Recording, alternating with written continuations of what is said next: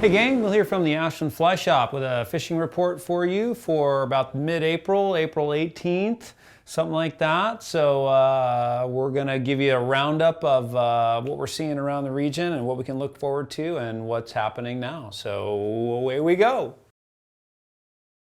Well, if you watched our report last week or last week and a half, we just got pummeled. We just have had lots of water around here, really high water.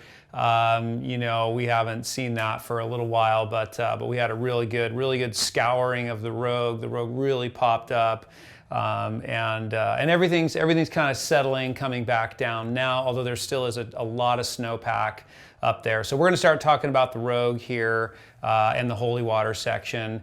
And yeah, let's just hop right into that. So let's talk about the Holy Water. So I think, you know, there's some interesting stuff on the graph today about that we don't see too often, which looks like kind of a pulse flow that they did in the last week and a half or so. But I think that's kind of an anomaly. I don't think we're going to see much of that again. I think that was just going through those heavy rains, warm rains, and snow. So hopefully we'll see it settling out about right where it is, about 3,000 coming out of the dam, which is a lot. It's high. The spillway is going to be pumping. I mean, there's going to be a lot of water up there. That said, the water's still really cold, and it's still a transition time for those trout, for those fish.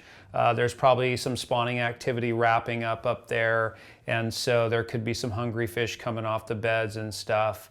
But those fish can still be pretty lethargic this time of year, so we get a warm day, a nice day, and it feels like the fish should be really responding. Might be a little bit slow, but it's definitely a good time to start poking around up there.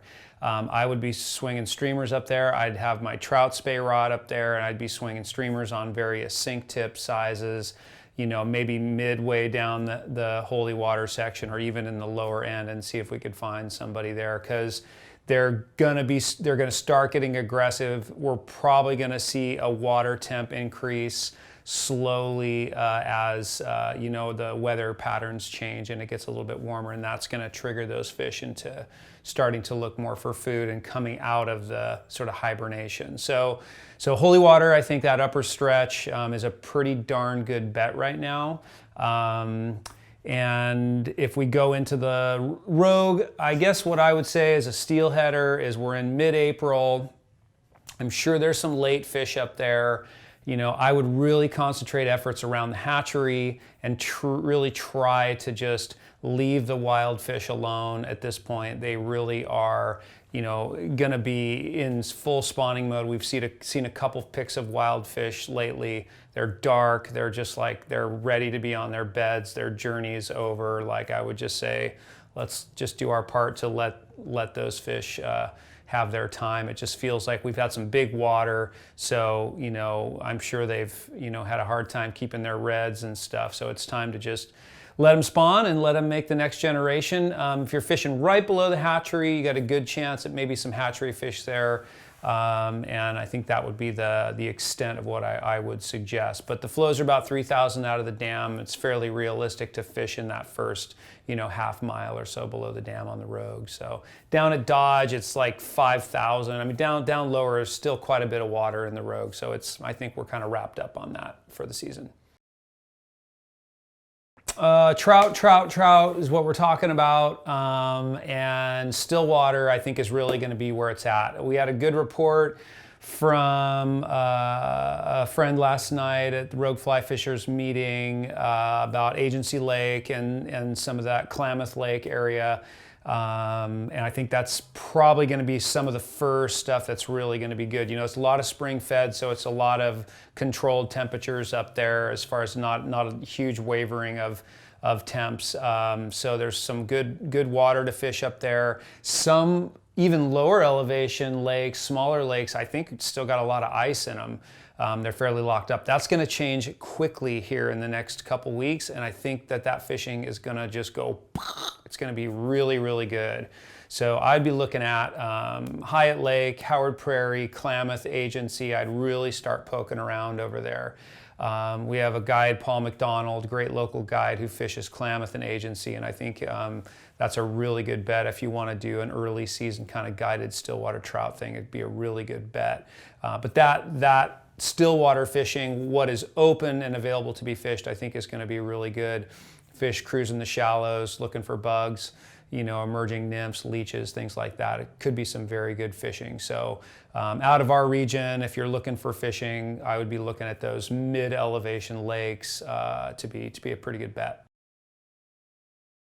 It's mid-April. A lot of our favorite trout streams are closed and will be opening at the end of the month here.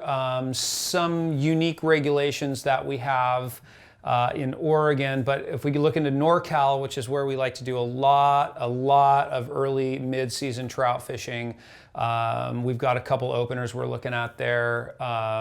Hat Creek is a real favorite of ours, which opens at the last Saturday of the month, as well as the McCloud. Saw a picture of the McCloud recently coming out of the Lower McCloud Dam. It was really cooking, so it could be one of these years, you know, that that could be a little bit off the table in the beginning. So it could push a lot of people to some of those rivers, but you know, like Hat Creek and stuff like that, could be a little hard to find some fishing down there.